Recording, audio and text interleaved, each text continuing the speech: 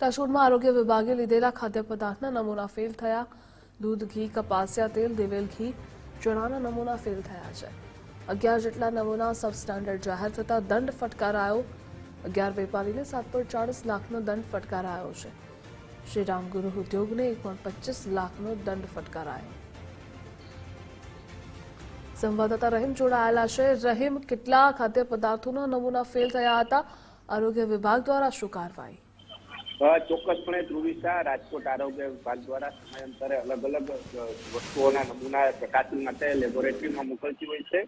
ત્યારે રાજકોટ આરોગ્ય વિભાગે લીધેલા દૂધ, ઘી, કપાસિયા તેલ, દિવેલ ઘી, ચણા અને જે નમૂના મોકલવામાં આવ્યા છે તેમાં સબ સ્ટાન્ડર્ડ જે જાહેર થયા છે તેને લઈને કહી શકાય કે નાયબ કલેક્ટરની અંદર જે કોર્ટ હોય છે આરોગ્યની, તેમાં આ ફરિયાદ નોંધવામાં આવી હતી ને તેમાં કેસ ચાલી જતા જેટલા વેપારીઓ છે તેમને 7.40 લાખ રૂપિયાનો દંડ ફટકારવામાં આવ્યો છે। ધ્રુવિશા, આપણે જાણતા હોય છે કે ગાર્ડનની આસપાસ જે ચણા જોર ગરમ વેચતા હોય છે તેમાં જે ચણા ઉપયોગ કરવામાં આવતા હોય છે તે ચણા સડેલા હોવાની વિગત સામે આવી હતી ને તેને લઈને આરએસ ગૃહ ઉદ્યોગ છે તેને 7 લાખ રૂપિયાનો દંડ છે તે ફટકારવામાં આવ્યો છે।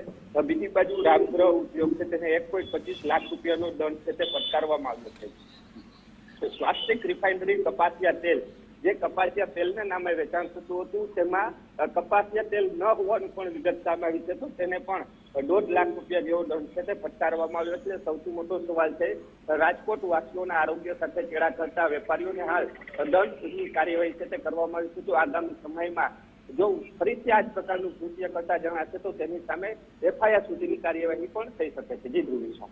રહીમ, આપ જોડાયેલા રહેજો, આગળ પણ અપડેટ મેળવતા રહીશું।